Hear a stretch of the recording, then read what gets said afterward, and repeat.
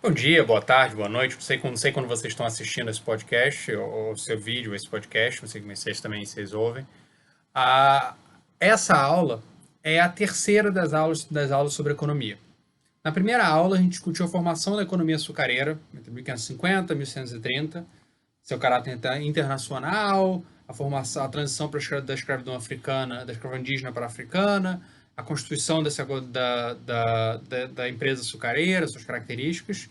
Na segunda aula, a gente discutiu a Guerra do Açúcar, a importância do açúcar entre 1600, na guerra entre neerlandeses e portugueses pelo controle do Brasil, o contexto da União Ibérica que envolveu isso, entre 1624, invasão da Bahia, e 1654, a expulsão definitiva dos neerlandeses.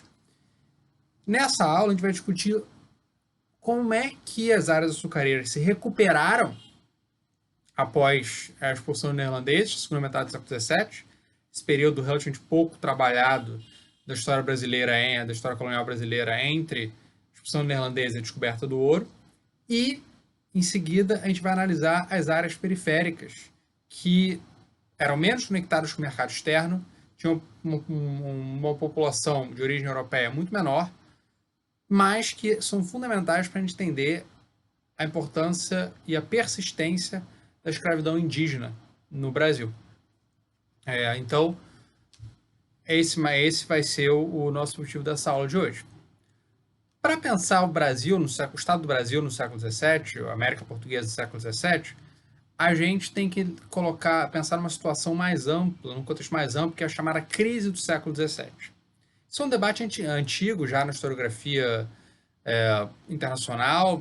Começa com um artigo clássico do Hobsbawm, nos inícios da sua carreira, né, 1954, se não me engano, sobre a crise geral do século XVII, e continua até os dias de hoje. Um dos trabalhos mais recentes é do Geoffrey Parker, num livro chamado Global Crisis, Crise Global, que foi traduzido como El Siglo Maldito para espanhol. Então, o que foi essa crise do século XVII? Para resumir bastante, para não fugir muito do nosso tempo, inclusive um dos pontos que eu vou chegar é que essa crise não teve esse impacto tão significativo no Brasil, é que a crise do século XVII foi resultado de um resfriamento global, talvez consequência de uma menor atividade solar, aí menos energia chega aqui no Brasil, chega aqui na Terra, Brasil não, desculpa, chega no planeta Terra e, consequentemente, você tem uma temperatura menor. E qual é a temperatura menor? Especialmente em áreas temperadas, isso gera uma diminuição da produtividade agrícola. E essa diminuição da produtividade agrícola, em economias que são fundamentalmente agrícolas, pode gerar crises significativas. Então você tem uma crise, e isso se soma. Você tem uma crise agrícola, essa crise agrícola gera uma crise de demanda que afeta todos os outros tipos de produtos, que gera uma crise da principal atividade produtiva dessa sociedade, que diminui a renda, então, da sociedade como um todo, que diminui a demanda por outros produtos. Isso se soma às guerras que aumentam a tributação, e aumentar a tributação prejudica ainda mais os setores mais pobres, que são os que acabam pagando a maior parte dessa tributação. Essas guerras, elas vão ter consequências diferentes dependendo de cada território, mas vão ser guerras extremamente disseminadas no contexto euroasiático. A gente sabe muito menos sobre o impacto das guerras, do impacto da mudança climática, do resfriamento do século XVII na África e nas Américas. Parece ter impactado razoavelmente a América do Norte. Na África sabe-se menos, na América do Sul aparentemente não teve impacto tão grande, mas na Europa e na Ásia teve impacto significativo, não só na Europa Ocidental, mas também, por exemplo, na China. A queda da dinastia Ming, a ascensão da dinastia Qing, enfim e tal, exatamente nesse meio do século XVII, nesse contexto de crise climática.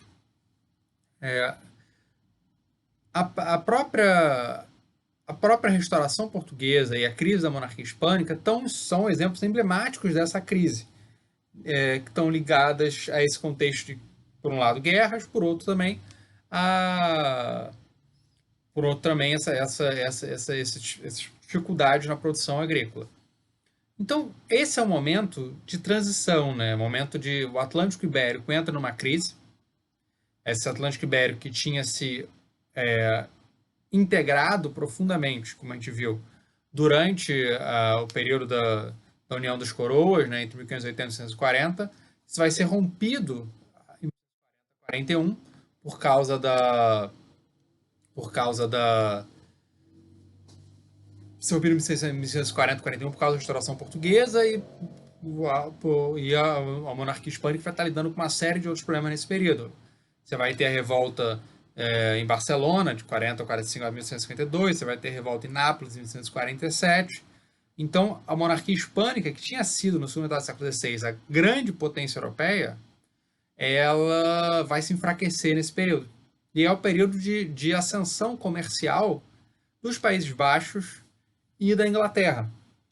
Uma ascensão em grande medida baseada tanto no avanço das relações capitalistas de produção, embora também seja um debate muito grande isso, internamente, quanto também na sua expansão do comércio internacional, provavelmente mais importante para os Países Baixos do que para a Inglaterra. Então, é o período que muitas vezes muitos historiadores consideram como uma ascensão do Atlântico Norte em oposição ao Atlântico Sul, enfim, ao segundo Atlântico em oposição a esse primeiro Atlântico, que tinha sido um Atlântico mais ibérico. Então, muitas vezes se cogitava que esse seria um período de crise também da economia colonial. Se projetava essa crise do século XVII como se fosse para a crise da economia colonial brasileira também. E não foi bem assim, como a gente vai ver. O que vai acontecer após a expulsão dos holandeses? O reino de Portugal vai estar em busca de alianças comerciais, de alianças diplomáticas, enfim, para garantir sua independência no conflito com a monarquia hispânica, e vai ser obrigado a fazer tratados diplomáticos, principalmente com a Inglaterra, mas não só. E nesses tratados, esses outros reinos vão tentar obter a possibilidade de acessar até diretamente o mercado colonial português, especificamente no caso o Brasil, que era o mercado mais fechado. E você tem uma estrutura mais significativa, o Rodrigo Recupero, professor da USP, tem publicado sobre isso, né? Tem um artigo sobre essa discussão diplomática em torno de 1940 e 50, e houve certamente tentativas diretas de contrabando. Esse documento que é do Arquivo Nacional do Reino Unido é um depoimento, né, num processo, o depoimento de um marinheiro, de um comerciante inglês, em 1954, em que ele menciona viagens uma viagem para a Bahia. E o interessante é que ele cita um comerciante, que era um familiar Santo Ofício, também alguém envolvido, relativamente importante na rede no contexto comercial local, ele arrematava impostos nesse momento, enfim. E é interessante que o inglês menciona, todos os ingleses comercializavam com esse cara específico, com esse comerciante. Então você tinha, mesmo sendo um comércio ilegal, você tinha um certo tipo de contato estabelecido aí. Então, havia, nessa década de 50, provavelmente tentativas de romper esse monopólio colonial, mas os portugueses acabam conseguindo estabelecer, né, esse exclusivo comercial que exigia que o Brasil comercializasse só com Portugal e não com outros navios de outras bandeiras de outras nações europeias. E os ingleses aceitaram isso porque a monarquia portuguesa estava cada vez mais comercialmente dependente dos ingleses. Boa parte dos produtos enviados para o Brasil são de origem inglesa. Você tem estimativas, né, citadas, por exemplo, pelo Charles Boxer, de que metade da frota, metade dos produtos da frota que vinha para o Brasil eram oriundos da Inglaterra. Então, não havia tanta necessidade de você furar esse exclusivo comercial, porque você podia se beneficiar do mercado do Brasil, que nem era tão significativo, a população do Brasil era reduzida, talvez algo em torno de cento e tantas mil pessoas, né, nas áreas dominadas pelos portugueses, né, contando pessoas de origem europeia, de origem africana, de origem indígena, né, sem contar os territórios não controlados pelos portugueses para o interior. Então não era uma população tão significativa assim. Então isso ajuda a entender por que você não tem uma tentativa mais intensa, né, de ruptura desse monopólio, ou até de contrabando mais maciço, como vai acontecer na América Espanhola. Claro que também você tem mais interesse em contrabando maciço na América Espanhola, porque porque a América Espanhola tem prata, né? Enfim, coisa que o Brasil não tem. Embora o açúcar fosse valorizado também, porque como a gente vai ver, né, o açúcar vai deixar de ser uma exclusividade brasileira nesse momento, nesse período. Essa penetração europeia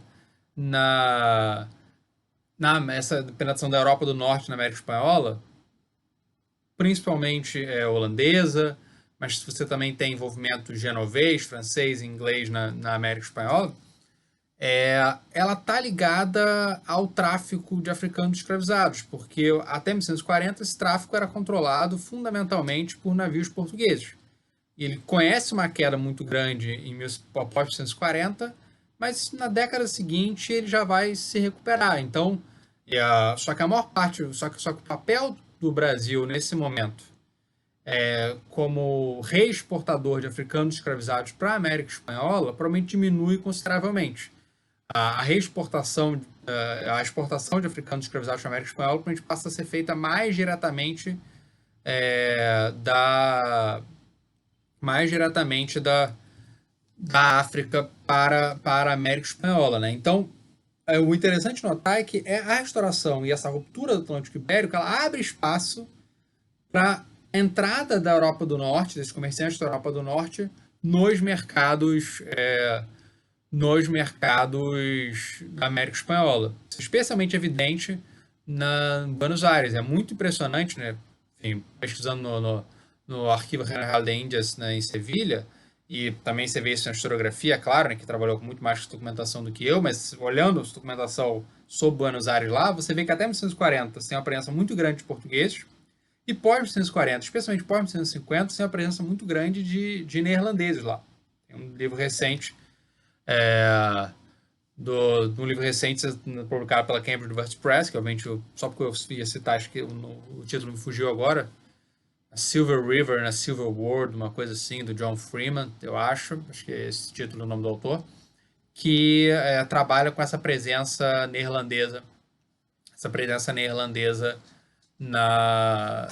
no comércio de Buenos Aires, substituindo, né? Isso era muito evidente, você olhando a documentação, assim, você via, pegava a documentação meio a esmo de Buenos Aires, você via como tinha crescido muito essa presença neerlandesa em substituição à presença portuguesa, também baseada em grande medida no tráfico de africanos escravizados, que tem um papel central, que vão entrar Buenos Aires podem ser redistribuídos para a América do Sul espanhola, para o Peru, para a região do Reino do Peru, a qual Buenos Aires pertencia como uma área periférica nesse momento.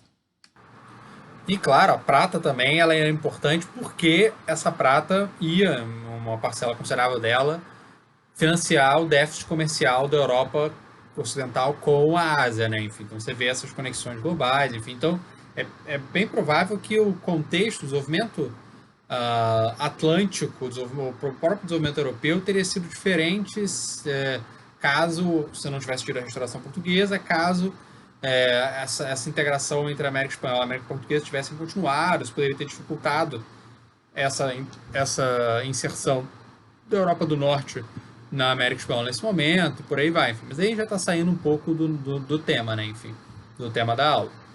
Indo mais para uma história atlântica que para a história do Brasil colonial, propriamente dito. Isso aí já é outro curso, por mais interessante que seja. Então, o Portugal vai conseguir consolidar esse monopólio colonial, apesar das tentativas de intromissão europeia, especialmente inglesa, né? Mas você tem também algumas tentativas de navegação direta holandesa, neerlandesa para o Brasil, enfim. Há alguns resquícios disso, né, nos arquivos neerlandeses, encontrados pelo meu coautor Chris Ebert. Enfim, a gente vai falar disso nesse momento, falar disso em momentos posteriores. E o que vai acontecer com a economia açucareira após 1650? havia essa ideia de que essa economia açucareira tinha sido muito prejudicada, parcialmente por causa das reclamações, né, das reclamações anedóticas da, de uma leitura meio assistemática das reclamações dos colonos, que o tempo todo nas suas cartas estavam reclamando das dificuldades, dos impostos e por aí vai.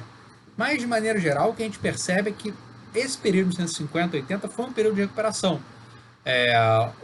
Para Pernambuco, você tem o trabalho do Gustavo Acioli Lopes, né, e isso fica também perceptível quando a gente olha para o caso baiano. Enfim, você teve uma diminuição grande no número de engenhos por causa do conflito com os neerlandeses. Eles têm uma queda de 80 para 61 engenhos, por causa dos engenhos foram queimados, por aí vai. E a recuperação, a partir da década de 60, a recuperação já começa provavelmente na década de 50, mas muito lentamente. Mas na década de 60, 70, como a gente vê nessa tabela, você tem um crescimento muito acelerado do número de engenhos, que basicamente quase dobra nesse período. Você vê nesse intervalo de 1183 para 1775, você tem o número de engenhos praticamente dobrando. E se chega num nível nunca antes alcançado de produção açucareira. Então, a economia açucareira ela vai conseguir se recuperar aproveitando a expansão do tráfico de africanos escravizados, que diminuiu o custo dos trabalhadores, e aproveitando a demanda, né, pelo açúcar na Europa. Então você não tem um preço excepcionalmente alto do açúcar, você teve preço mais alto no ano anterior, quando o Brasil era o único produtor, né, mas você teve um preço suficiente do açúcar e um preço suficiente um preço suficientemente alto do açúcar, suficientemente baixo dos trabalhadores, para conseguir recuperar essa economia açucareira, que vai crescer a uma velocidade significativa nesse período. Você vai ter uma expansão, inclusive na Bahia especialmente, né, para o interior nesse período da produção açucareira. E aí você vai ter uma discussão muito grande sobre vários senhores vão ser a favor de limitar essa expansão, porque isso tem efeitos ambientais significativos, fundamentalmente no acesso à madeira, que era essencial como combustível para os engenhos, né, para o processo de produção do açúcar. E aí você tem uma discussão se você deve proibir ou não proibir, quão perto um engenho pode ser do outro. Você tem várias cartas, consultas do Conselho Ultramarino, discussões sobre isso nas décadas de 1660 e 70, por causa dessa preocupação. E essa economia açucareira, então, foi vigorosa o suficiente para crescer, mesmo com a tributação régia aumentando. A coroa vai aumentar a tributação para conseguir, parcialmente para conseguir atender as demandas internacionais.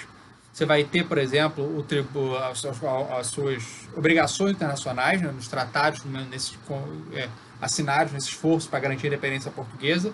Então você tem o Tratado de Paz de Holanda e Dote da Rainha da Grã-Bretanha, que foi um imposto que passa a ser cobrado no início da década de 1660 para financiar, como o nome diz, né, o Tratado de Paz com as Províncias Unidas dos Países Baixos e o dote da princesa que vai casar com o Carlos II da Inglaterra, né?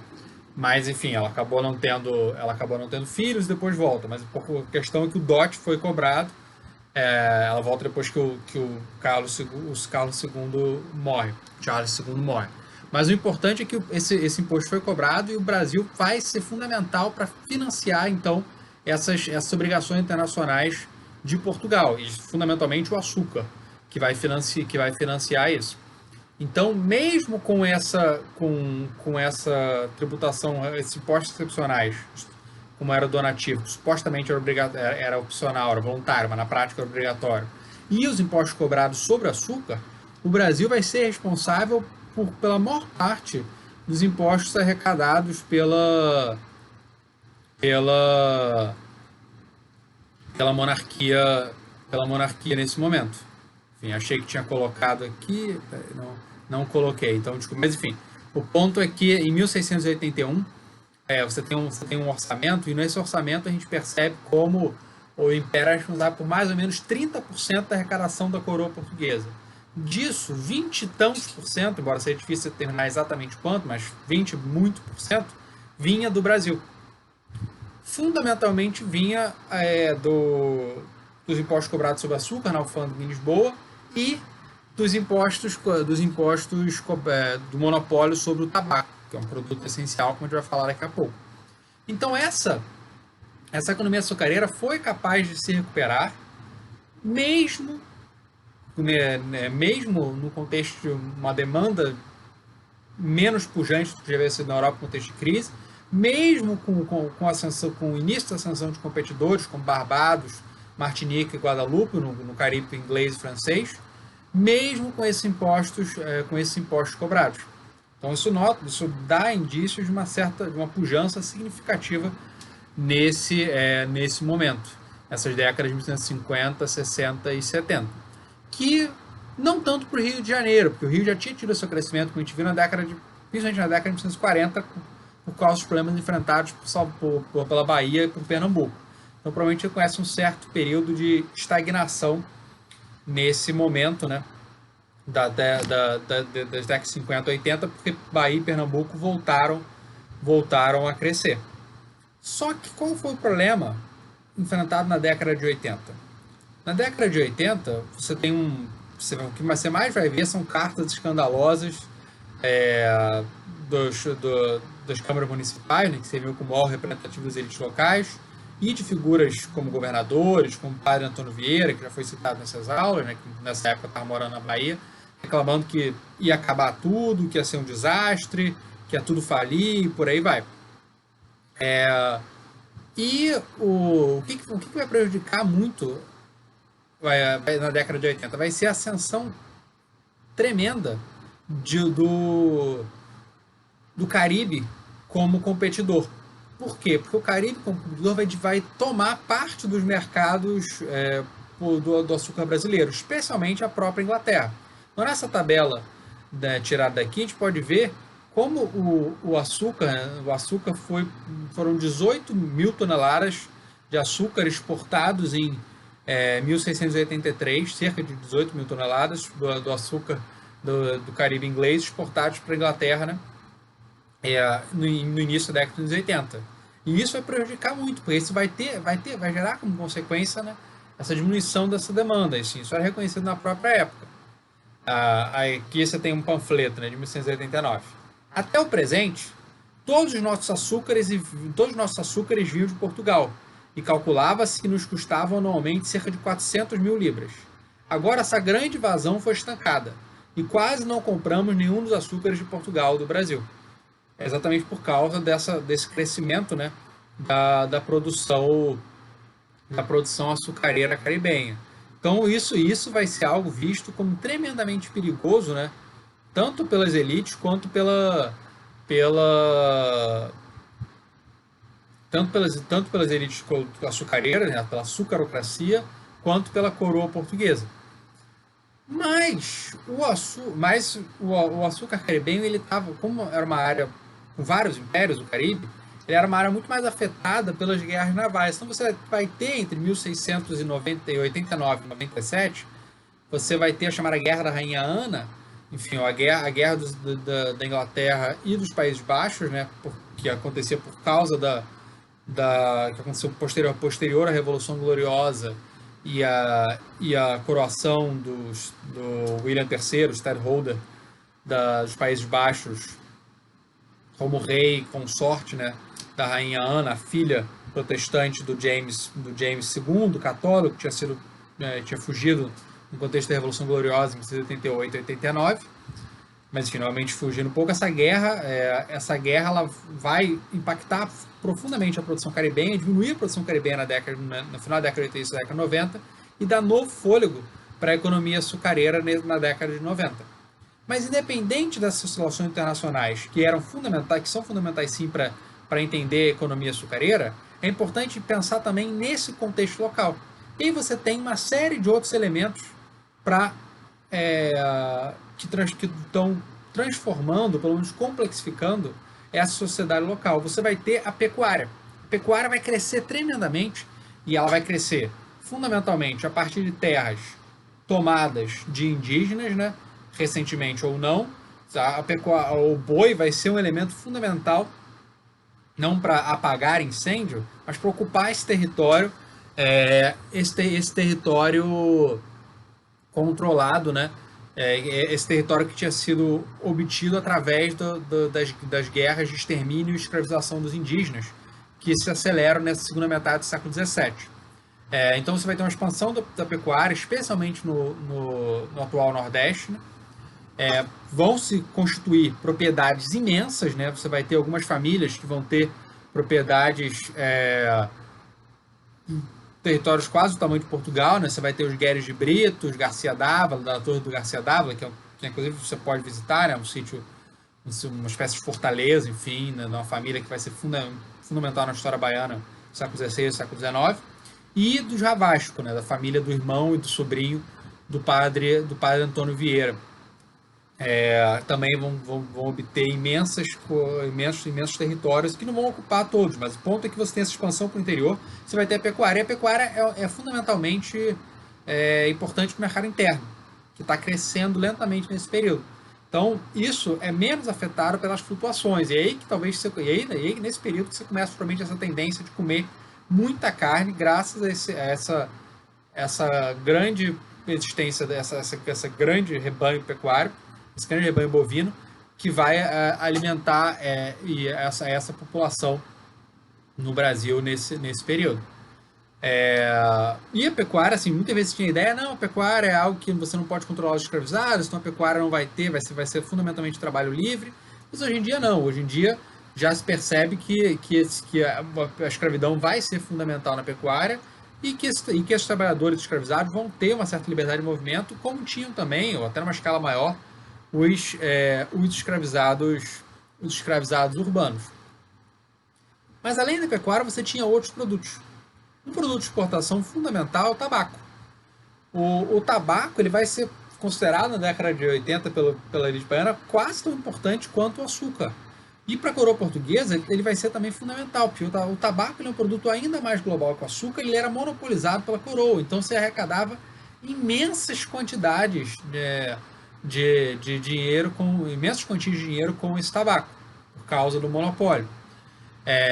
Daí, inclusive, a preocupação que se tinha muito grande com o contrabando. Por que o tabaco era tão global? Porque o tabaco era de melhor qualidade exportado para a Europa, e da Europa ele era reexportado, desde Portugal ele era reexportado para o resto da Europa, mas também para a Ásia. Ele era reexportado para a Índia, e da Índia ele era reexportado para mais longe ainda. O tabaco mais apreciado na China, por exemplo, até o final do século XVIII era o tabaco baiano. Você acha na documentação da Junta de Administração do Tabaco na Torre do Tombo, Portugal, Arquivo Nacional da Torre do Tombo, você acha a referência ao tabaco baiano sendo enviado até para o atual Timor. Então, enviado até para o Timor. Além disso, em Portugal, esse tabaco era reexportado também para a América do Norte, porque a Hudson Bay Company usava esse tabaco para comercializar com indígenas que preferiam esse tabaco de primeira qualidade baiano, que era considerado melhor do que o tabaco da Virgínia, que era o maior produtor de tabaco no mundo nesse momento, mas era de qualidade considerada inferior ao tabaco baiano. Então esse tabaco baiano saía da Bahia, ia para Portugal. De Portugal ele era comprado por comerciantes ingleses. Geralmente ele ia até a Inglaterra, e da Inglaterra ele era reexportado para a América do Norte, para que essa Hudson Bay Company pudesse usar para comprar esses produtos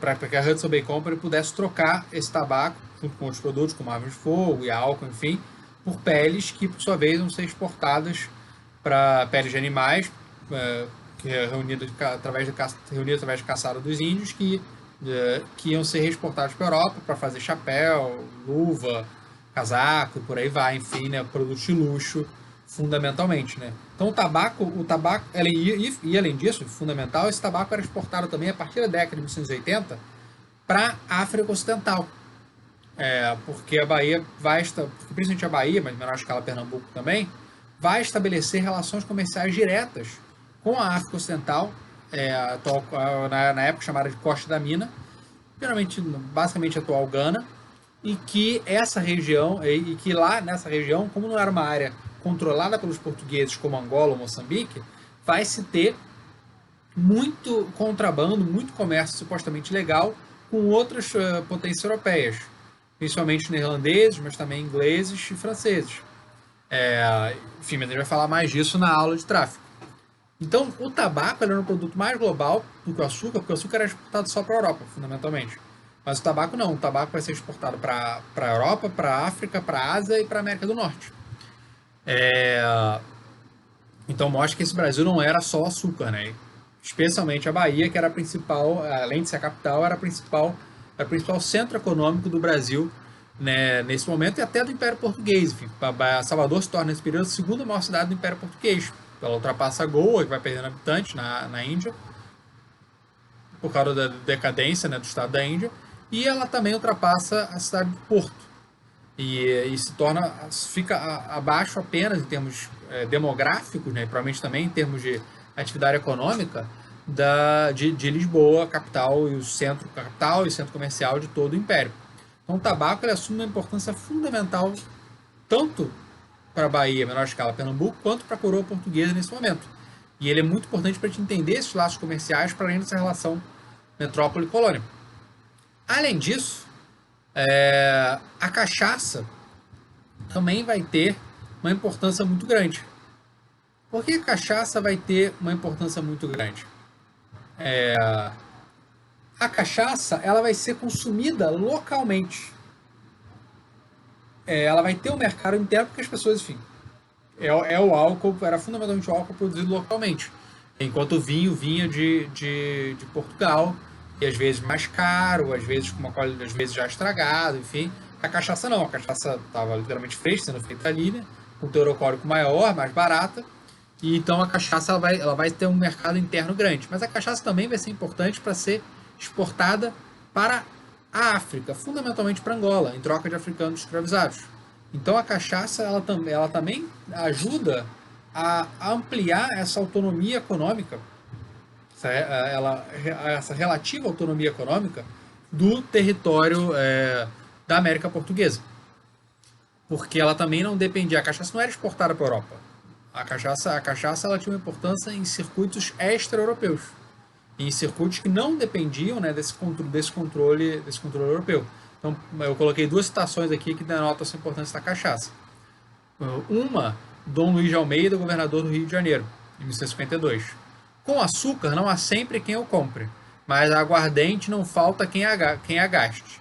O açúcar que se há de levar, cada um o quer tão barato que se perdem os lavradores. Ou seja, o açúcar ele era afetado pelo contexto internacional e o preço dele podia ficar muito baixo.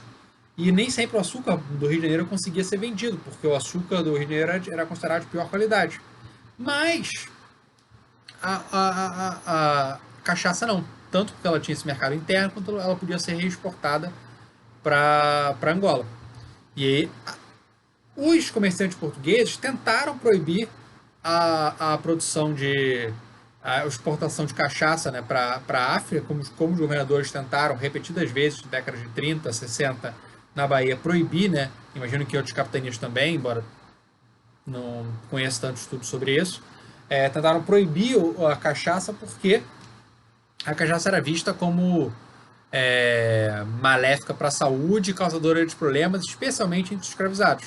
Mas ela era considerada pelos produtores fundamental exatamente por causa dessa importância comercial que ela tinha e de garantir essa autonomia, garantir uma arrecadação, mesmo em caso de baixa do mercado internacional. Então, se vê nessa carta da Câmara de Salvador para o rei Dom Pedro II, Dom Pedro II de Portugal, né? Não Dom Pedro II do Brasil. Dom Pedro I do Brasil vira Dom Pedro IV de Portugal, Dom Pedro II é só Dom Pedro II do Brasil. Mas esses são os do Dom Pedro de Portugal. O Dom Pedro II de Portugal, ele era... Peraí, deixa eu fazer a conta aqui. Ele era... tetravô? Não, peraí. O pai do Dom Pedro II foi o Dom Pedro I, o pai do Dom Pedro I foi o Dom João VI, o pai do Dom João VI foi o Dom Pedro III, marido da Dona Maria I. O pai do Dom Pedro III foi o Dom João V. e o pai do Dom João V foi o foi o Dom Pedro II. Então são 5 gerações posterior. O Dom Pedro II de Portugal é 5 gerações antes do Dom Pedro II do Brasil. 150 anos e 5 gerações antes. Então aqui essa carta é interessante. Quase todos os do recôncavo vivem deste gênero, a cachaça, e o têm quase por fruto.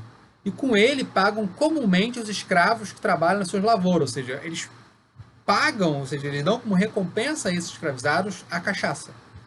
O que é interessante porque indica também como havia algum tipo de remuneração a esses escravizados, mesmo que não fosse uma relação monetária, porque eles eram não fosse salário porque eles eram escravizados. Mas o interessante é que a cachaça serve como uma espécie de incentivo positivo para esses escravizados. E há lavrador que para este efeito faz esta bebida das próprias canas de que se faz o açúcar. E com esta droga se facilita a condução dos negros, porque a cachaça era exportada para Angola e de lá usada para comprar africanos escravizados. E faltando a cachaça, fica cessando o trato e o negócio, e perdidos os interesses que granjeiam, que não bastam para o serviço das mandiocas, tabacos, canas e engenhos. E proibindo-se esta navegação, é um dano total deste estado do Brasil, porque vivem quase todos os moradores desta droga, a cachaça. Uns já as venderem, outros já as fabricarem e muitos já embarcarem. E sobre este dano se acrescentar o da ruína dos engenhos, se acrescentará o da ruína dos engenhos, por lhe faltar quem compra os seus meles, que são os de que se alimentam, que usam para fazer a cachaça. E ainda ajudam a fornecer enquanto se não vende o açúcar, hoje tão abatido de preço como falta de saída. Porque esse é o período logo antes da subida do preço de açúcar por causa da guerra da Rainha Ana, que vai afetar a produção açucareira inglesa e francesa no Caribe, e consequentemente vai permitir ampliar, né, a produção vai permitir ampliar o preço, né, do açúcar no Brasil. Então, e você tem, claro, os alimentos. As pessoas, muitas vezes quando dou aula, eu pergunto para todo mundo, o que vocês acham que se produzia no Brasil? As pessoas falam, açúcar, ouro. Mas eu sempre pergunto, o que as pessoas viviam então? Elas comiam ouro, viviam de rapadura e cachaça, né? Você vai ter que atender esse mercado interno. Então você também tem uma expansão da produção de alimentos, especialmente a mandioca, apesar da ênfase no mercado externo gerar crise de abastecimento, né? Você tem a tese clássica do Francisco Carlos Teixeira da Silva, né, que delineia, né, que aponta, que elenca os momentos de crise de abastecimento que eram mais comuns na Bahia do que no Rio de Janeiro, exatamente porque a Bahia era um setor exportador mais importante. Então, o que a gente percebeu a partir da discussão sobre a cachaça e o tabaco? A gente percebe que você tem redes comerciais que vão além da Europa, além de Portugal. Você tem contrabando, mas isso é menos quanto com outros potências europeias, mas isso é muito menos importante do que redes feitas com a Ásia e com a Europa. Você vai ter um aumento muito grande, especialmente pós-1672, do comércio com a Índia. Porque os navios da carreira da Índia vão parar em Salvador, e ao parar em Salvador, eles vão ter uma ampliação uma ampliação desse contato comercial entre o Brasil e a Índia. Por quê? Porque esses navios da carreira da Índia, quando eles param geralmente na volta, para fazer reparos, eles também vão fazer comércio legal e ilegal. Eles vão vender, por exemplo, tecidos têxteis indianos que podem ser revendidos para todo o Atlântico Sul, para a África, principalmente Angola, mas também para o resto da América Portuguesa. Em troca de açúcar, de tabaco, que vão levar para a Europa. Então você vai ter esse contato com a Ásia cresce. Você vê a diferença. Na primeira metade do século XVII, você tem apenas um pouco mais de 10 navios, 13 navios talvez. Já na segunda metade do século XVII, já tem 70 navios da carreira da Índia, ou seja, navios que ligam Portugal à Índia, né, parando na Bahia. Mais da metade do total. Então isso mostra, né, essa importância dessa construção das suas redes comerciais. E você vai ter também essas redes com Angola, porque o tráfico de africanos escravizados, ele era antes, nessa época o tráfico começa a se tornar efetivamente bilateral. tráfico sem uma intermediação direta de Portugal. Embora seja uma discussão de quão importante era a participação direta de Portugal, por exemplo, financiando, enviando produtos, financiando com crédito e por aí vai. Mas o fato é que cada vez mais passa a ser uma navegação direta entre os portos da América Portuguesa e a África.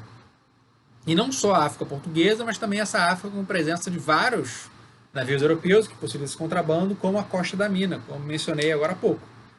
E você vai haver tentativas também de recuperação do contato com a América Espanhola. Você tem... por que esse interesse na recuperação? Fundamentalmente por causa do acesso à prata, né? Do acesso da moeda, que era essencial como meio de pagamento para que essa economia pudesse funcionar.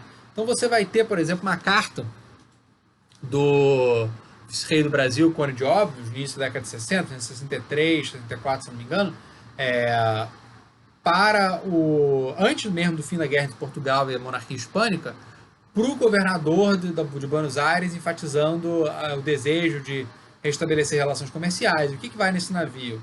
Também africanos escravizados, cerca de 50, se não me falha a memória.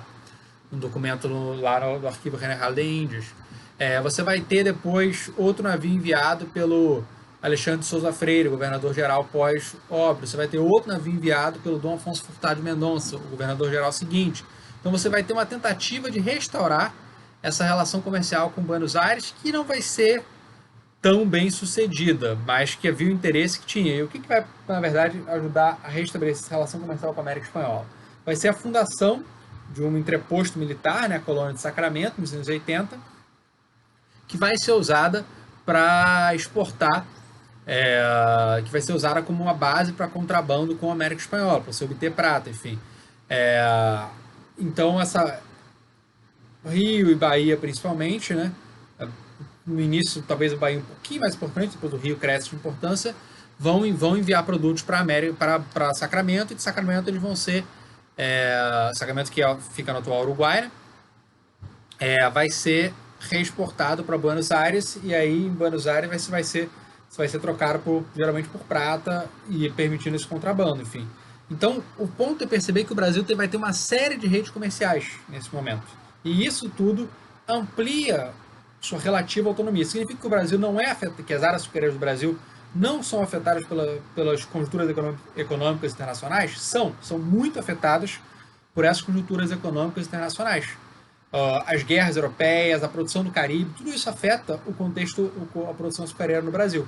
Mas há lógicas econômicas internas. Você não pode entender o Brasil só a partir disso, porque você tem um mercado interno e você tem redes comerciais que vão além da Europa e até além do Império Português, que vão estar se consolidando nesse momento.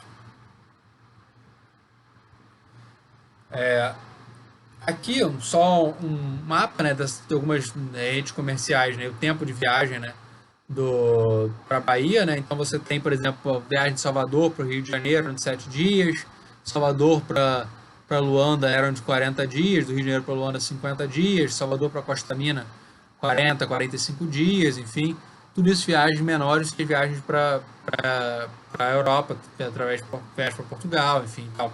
Então é interessante perceber como essas redes comerciais são amplas, né? E a gente vê aqui novamente um mapa, também tirado da minha tese, feito pelo Thiago Gil, professor da UNB, graças ao seu Atlas, né, de História do Brasil, Atlas Digital de História do Brasil Colonial, Atlas Digital da América Portuguesa, desculpa. Aqui a gente vê essas várias ligações comerciais que a Bahia tem. Você pode até colocar uma ligação para o Rio da Prata, enfim, mas é uma ligação também mais fraca do que ela foi pré-1940, mas existia, ficou faltando nesse mapa. E aqui a gente vê, né, a conjuntura do tráfico de africanos escravizados, né? Bahia, Pernambuco, Sudeste, que no caso é fundamentalmente o Rio de Janeiro, né? Então você vê como o Pernambuco vai ficar relativamente atrás da Bahia por causa, né, da sua perda de importância após a invasão neerlandesa. Mas o ponto é perceber que você tem uma recuperação do tráfico a níveis relativamente elevados na década de 60, 1960 e 70, especialmente na Bahia. O que denota exatamente essa importância, né, essa recuperação econômica nessa conjuntura. E claro, você vai ter mudanças muito grandes com a descoberta do ouro, como a gente vai ver na aula seguinte. Mas e as áreas não tão conectadas ao mercado internacional? E as áreas que não eram açucareiras? E aí, fundamentalmente, está pensando ao sul, em São Paulo, São Vicente, e no Maranhão e no Grão-Pará, ao norte do Brasil, que era administrativamente separado do Brasil, muito mais conectado com Lisboa, né, do que com Salvador ou Rio de Janeiro por causa das correntes marítimas. E o que marca esses territórios? Fundamentalmente a persistência em larguíssima escala da escravidão indígena. Essas sociedades não conseguiram fazer a transição para a escravidão africana. Por quê? Porque elas não tinham produtos de exportação suficientes para possibilitar esse processo de transição. Era necessário para eles, porque para você conseguir fazer a transição, você precisa de um produto de exportação para você ter, digamos, divisas, dinheiro, para comprar africanos escravizados. Você não tinha. Então, o que vai... Só que isso não significa que vai se construir uma falta de recursos para fazer para adotar a escravidão africana, não significa que você não vai ter escravidão. Como até as áreas açucareiras deixam evidente. O que elas fizeram? Bahia, Pernambuco, Rio de Janeiro, quando elas não tinham recursos ainda para adotar a escravidão africana. Elas vão se basear na escravidão indígena. Isso vai ser exatamente o que vai acontecer em São Paulo e no norte da América Portuguesa. Vai ser essa imensa importância da escravidão indígena para compensar. Então, o sertanismo, essa entrada no interior para escravizar indígenas, ela vai exercer a mesma função nas sociedades que o tráfico atlântico de africanos escravizados. Se o tráfico atlântico ajudava a reiterar, era fundamental para reiterar a sociedade escravista, porque o número de escravos tendia sempre a diminuir, porque morria mais gente do que nascia devido às péssimas condições de vida, o sertanismo vai ter essa função, porque a mortalidade indígena vai ser ainda maior por causa das doenças, porque essa sociedade não tem imunidade a essas doenças trazidas pelos europeus. Então, o sertanismo vai ser absolutamente fundamental para incorporar uma imensa quantidade, centenas de milhares, talvez milhões, 1 ou 2 milhões, enfim, é muito difícil calcular, mas certamente mais que centenas de milhares de indígenas, precisamente várias centenas de milhares de indígenas escravizados para esses territórios, né? Então, por que o sertanismo era equivalente do tráfico de africanos escravizados? Porque o sertanismo ele também permitia uma oferta elástica. Você precisava de trabalhadores, você ia mais para o mato e catava esses africanos e catava esses indígenas para escravizar. Assim como o tráfico de africanos escravizados. E era relativamente baixo o preço, não só em termos absolutos, porque o tráfico de indígenas era mais barato do que o tráfico de africanos escravizados, que não envolvia essa navegação, enfim, mas também no sentido de baixo preço relativo, que geralmente esses cativos produziam mais do que custava o processo de cativá-los. Por que era realmente barato esse processo de cativá-los? Porque você não está pagando os custos de produção desse indígena. A sociedade não foi a sociedade colonial que bancou o custo de alimentar e criar esses trabalhadores até que eles pudessem começar a produzir. Quem faz isso são essas sociedades indígenas que vão ser atacadas, né, por esses sertanistas, violentamente atacadas por esses sertanistas. E isso vai ser especialmente marcado na Amazônia. Porque na Amazônia, a população indígena vai ser mais densa do que a população no sul da América Portuguesa. Você vai ter números muito maiores, pode ser muito difícil calcular. Né? Então a Amazônia nunca foi um vazio demográfico. Ela pode ter sido transformada em um relativo vazio demográfico comparado ao que já foi, por causa dessa violentação de conquista e escravização que vai continuar nesse processo. Em grande escala, porque se precisa de trabalhadores e muitos trabalhadores para substituir os que morriam. Só que a escravização indígena, como a gente falou na aula passada, em 2 aulas atrás, né, era ilegal. Desde 1570 tem uma série de leis tentando restringir, né, essa possibilidade de escravização indígena. E os jesuítas muitas vezes vão entrar em conflito, porque o que ampliava seu próprio poder era poder aldear e manter o controle direto sobre esses índios, em vez de eles serem escravizados por senhores leigos que provavelmente não se preocupariam digamos, como é que eu posso dizer, em catequizar, em converter esses indígenas, que era a intenção dos jesuítas. Então a escravização ela podia ser ruim, tanto para o poder jesuítico, quanto para a própria maneira quanto para a maneira como os jesuítas concebiam, justificavam o Império Português e influenciavam a coroa nesse sentido. Então a coroa também muitas vezes vai ser contrária a esses processos de escravização, especialmente no caso do avanço paulista para o sul da América do Sul. Por quê? Porque esse avanço paulista ele vai afetar indígenas já catequizados, já convertidos, sob controle jesuítico. Então eles não estão atacando índios bárbaros como inimigos, estão atacando índios que não são inimigos de maneira nenhuma e que já são até cristãos, que eram até preferidos, porque eram considerados escravizados mais dóceis, mais fáceis de controlar. A coroa vai aceitar, ela vai recusar isso com mais força no sul, porque estava afetando outros vassalos, que isso era no contexto da união das coroas. E enquanto no Maranhão, provavelmente ela vai aceitar mais esse processo, porque esse processo era importante para manter esse território, porque nem São Paulo nem o Maranhão eram sociedades capazes de funcionar como os colonos queriam, como a coroa queria, sem esses trabalhadores escravizados. Então a coroa vai ter que aceitar essa resistência dos escravocratas e a defesa deles da manutenção da escravidão indígena, mesmo que essa escravidão fosse reconhecida por toda parte como ilegal. E aqui tem umas citações interessantes para pensar isso. Desculpa, acabei interrompendo assim no meio. E por que no norte isso era especialmente marcado? Porque o norte era uma região com maior possibilidade de presença de europeus do que a região de São Paulo. Você tinha a possível presença de holandeses, de ingleses e de espanhóis também, principalmente holandeses, ingleses e franceses na América do Norte, no norte da América Portuguesa. E, consequentemente, se temia que, caso não se aceitasse a escravidão indígena, seria impossível manter a ocupação desse território. Mas, enfim, eu peguei aqui algumas citações que eu achei interessantes. Em 1639, teve um breve papal contrário à escravização indígena, determinando que quem escravizasse poderia ser excomungado, por aí vai. Isso vai gerar, inclusive, a expulsão jesuítica. Os jesuítas vão ser expulsos de São Paulo por causa disso. E São Paulo vai responder o Papa, né? Enfim, então dá para ver que essa coisa de rezar a missa, ensinar o Papa a rezar a missa, né? Que é muito característico do Twitter nos dias atuais, enfim, das redes sociais nos dias atuais, não é só hoje. Também você tinha isso no século XVII. E aí os paulistas explicando que o Papa estava errado em querer proibir a escravização indígena. Os paulistas granjeiam as farinhas, as carnes e legumes para seu mantimento ordinário e para socorrerem com ele a muita parte do estado do Brasil. Eles mandavam esses mantimentos para o Rio e a Bahia, inclusive importante nesse contexto de guerra com os neerlandeses.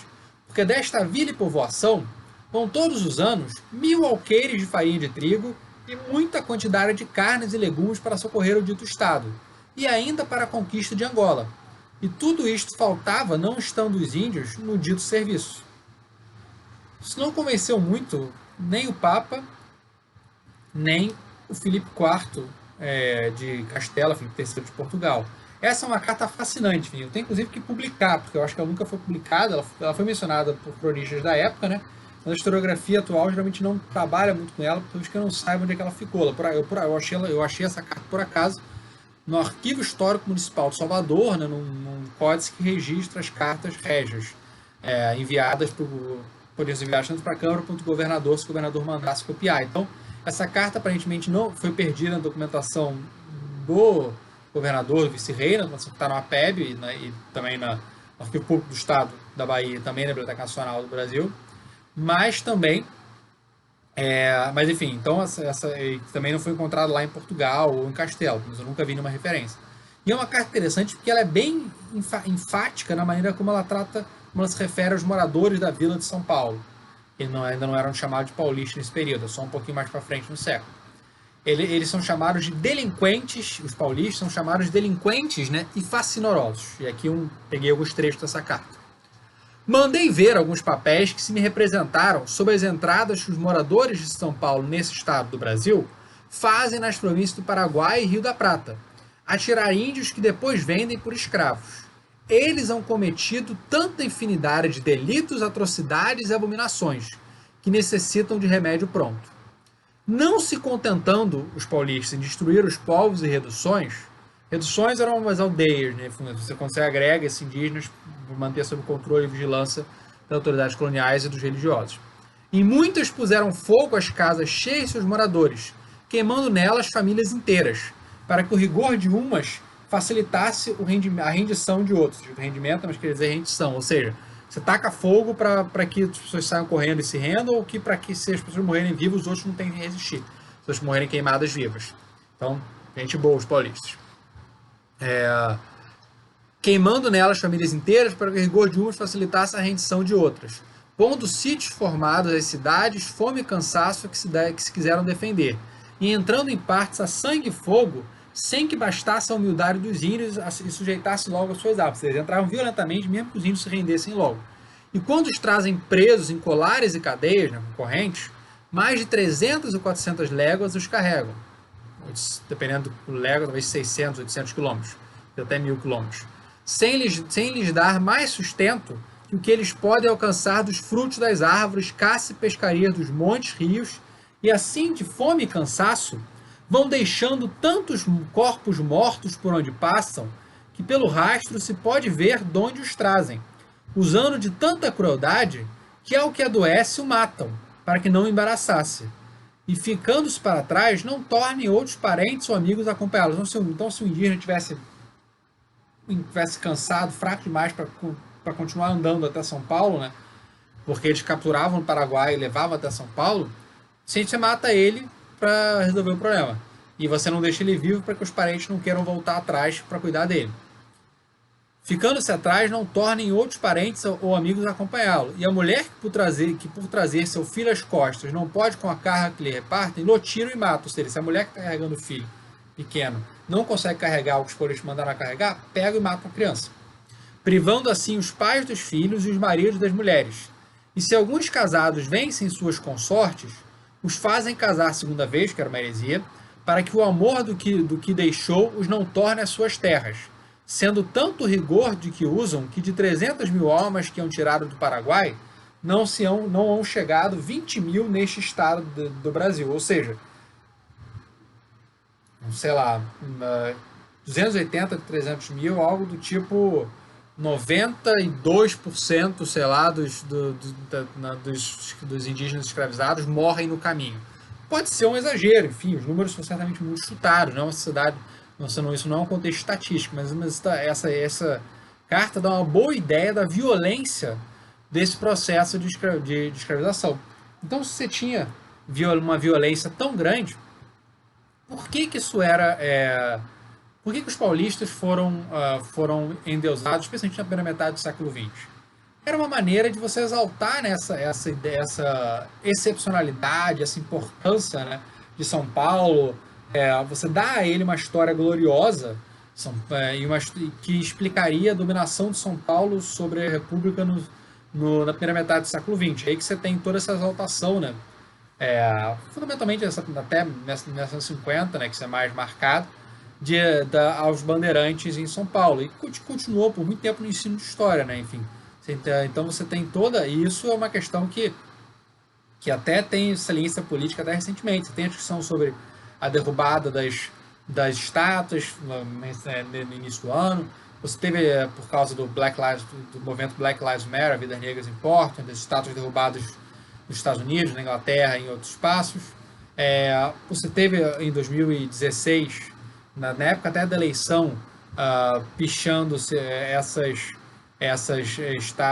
monumentos das bandeiras, a estátua do Borba Gato, enfim. Então isso aqui eu achei muito interessante, né? Uma intervenção artística pouco tempo atrás. Eu até postei a notícia no Google Classroom, né? Colocando caveiras na frente desses monumentos, exatamente para enfatizar a violência, né? Por que a gente tem que comemorar esses paulistas, né? Entende-se por que as elites paulistas quiseram comemorar a primeira metade do século XX. Fazia parte da sua afirmação política na República Brasileira. Mas por que eles têm que continuar a ser comemorados nos dias de hoje, se o principal legado deles não é como se imagina, eles permitiram a ocupação do território brasileiro, eles não ocuparam nada, eles entraram no interior, mas não foi eles que ocuparam, porque a principal contribuição deles para a expansão do território brasileiro foi que eles produziram, graças à escravização, um certo vazio demográfico, e que esse vazio demográfico vai facilitar no século XVIII a expansão luso-brasílica no interior, né? Mas eles não ocuparam o território. E muitas vezes essas viagens que eles fizeram, essas grandes viagens, do Raposo Tavares, foi para lá em Belém, enfim, fundamentalmente tem a ver com terem se perdido, e não era um esforço sistemático de descobrimento ou algo que o valha, né? Enfim.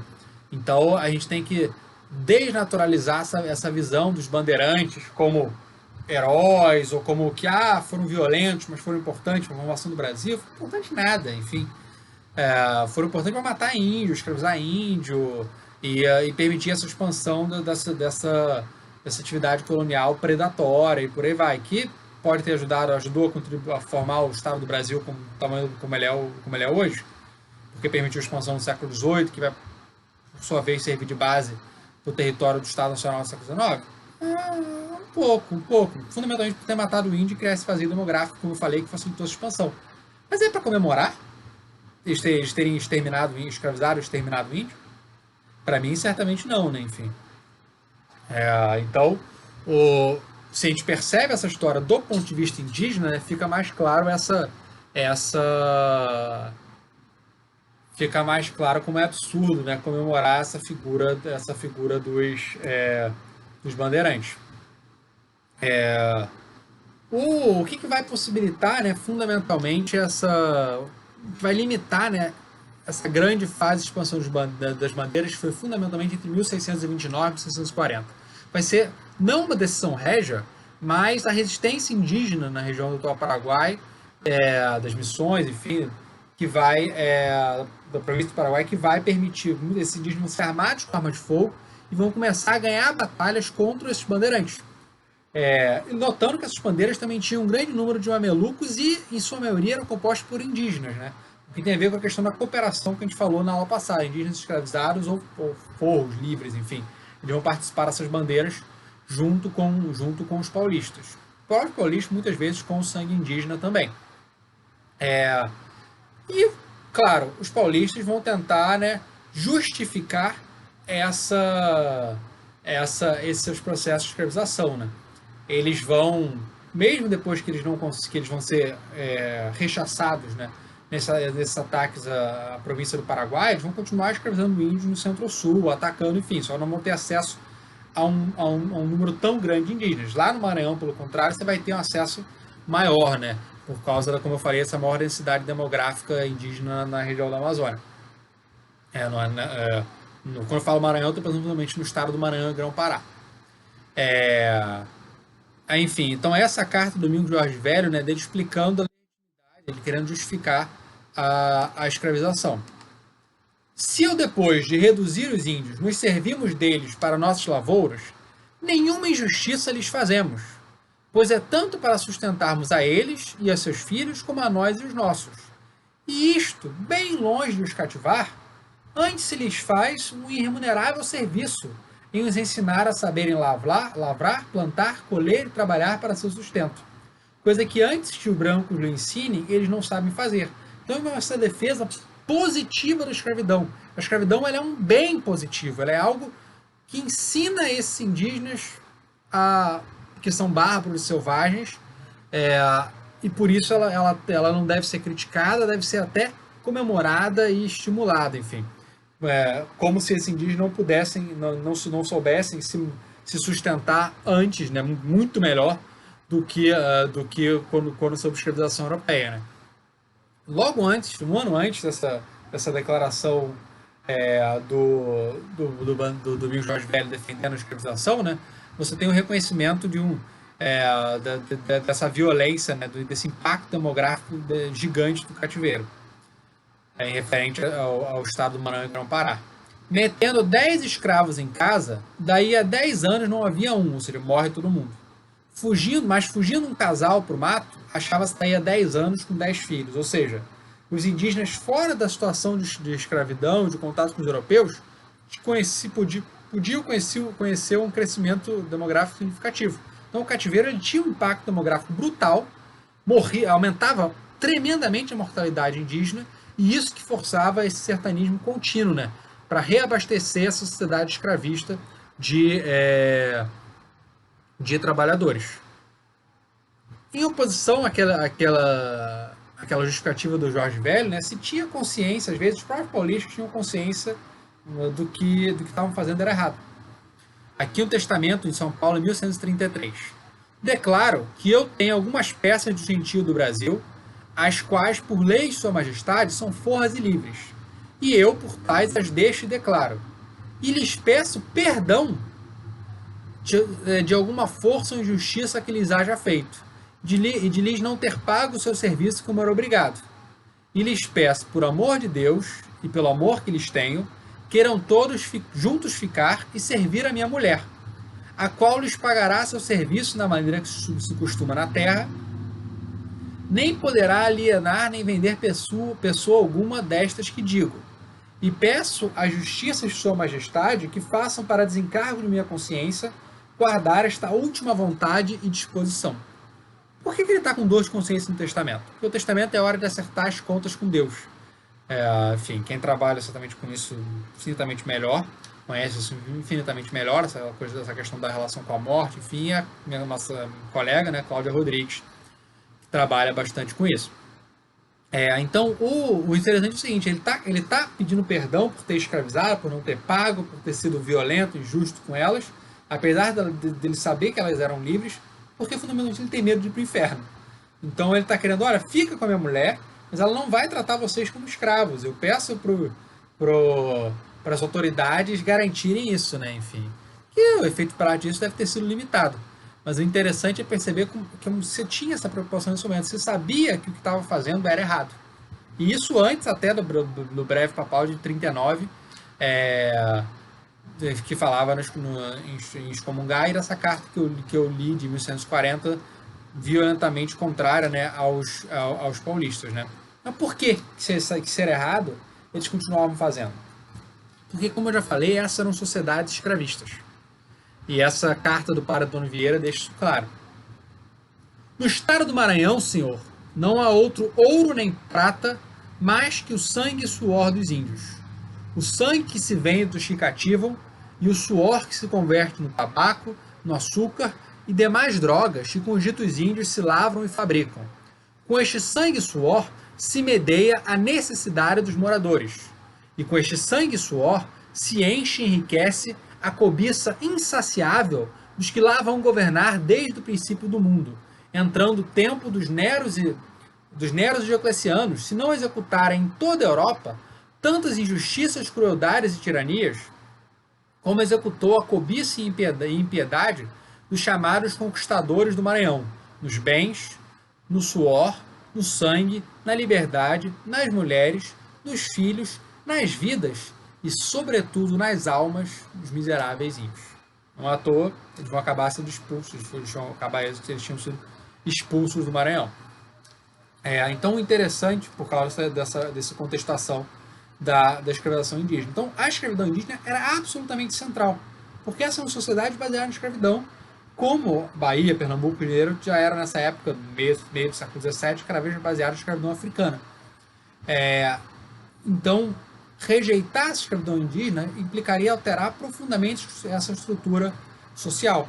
Então, por isso que a escravidão indígena se reproduziu, mesmo contra as leis, e a coroa aceitou isso como uma necessidade para garantir a ocupação desse território, apesar de conflitos eventuais.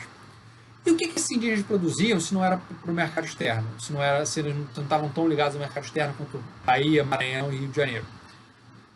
Em São Paulo se produzia trigo, consumido internamente e também, dependendo da época, exportados para o litoral e até para Angola, como naquela carta, né, de 1940 da Câmara de São Paulo.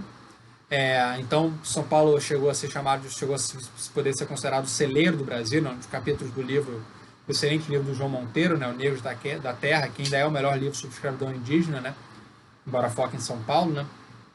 Para o Maranhão, os melhores trabalhos provavelmente são do Rafael Chamboleron, né, professor da Federal do Pará. E no Maranhão você vai ter uma produção bem mais diversificada, que vai ser um pouco exportado, um pouco consumido internamente. Mas exportado também é pouco, porque você tem pouca circulação de navios lá. Você tem uma exportação, mas é muito limitado. Vai se produzir cacau, cravo, açúcar, cachaça, tabaco. Então, todos os produtos vão ser feitos de Maranhão. Então, você vai ter uma diversidade econômica significativa e, em ambos os lugares, você vai ter uma lógica econômica própria, que não se baseia só nessa relação com o exterior, ou no caso do São Paulo e Maranhão, não se baseia sequer principalmente na relação econômica com o exterior. Então, a escravidão ela não é uma consequência só da produção para exportação.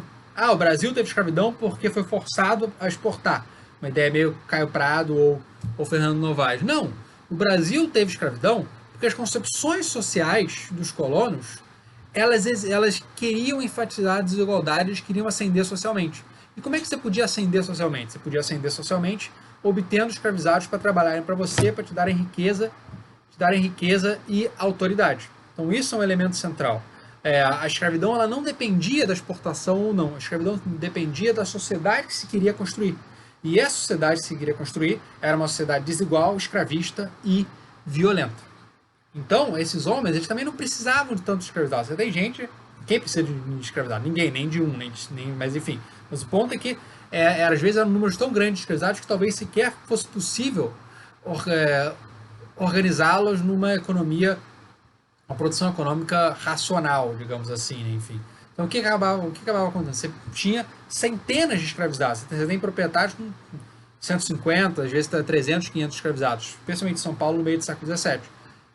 Mas por que se precisava de tanto tempo? Porque vai morrer muita gente. Morre por causa da exploração, morre por causa de doença, morre por causa da alimentação, enfim.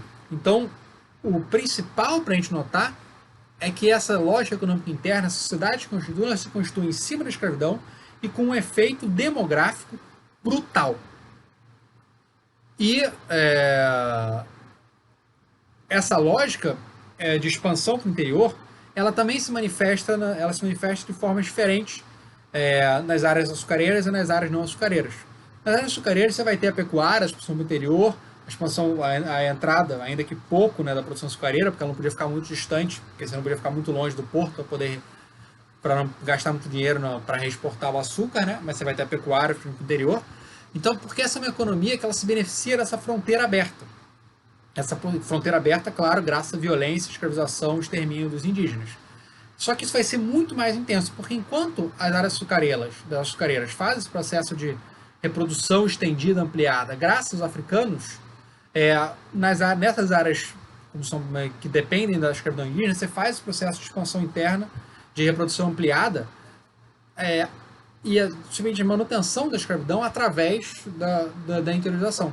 E essa interiorização vai ser importante para a gente pensar na descoberta do ouro. Uma descoberta, digamos, não intencional, mas enfim, quer dizer, tem elementos intencionais, você vai buscar ouro intencionalmente, mas ela também é uma consequência estrutural dessa reprodução ampliada que vai interiorizando essa presença em busca de escravizados, de indígenas para escravizar, para manter a sociedade desigual. Mas aí isso a gente vai ver na próxima aula. Obrigado, pessoal. Desculpa que foi um pouquinho maior do que eu tinha pensado, ficou no tamanho usual das aulas, 1h13.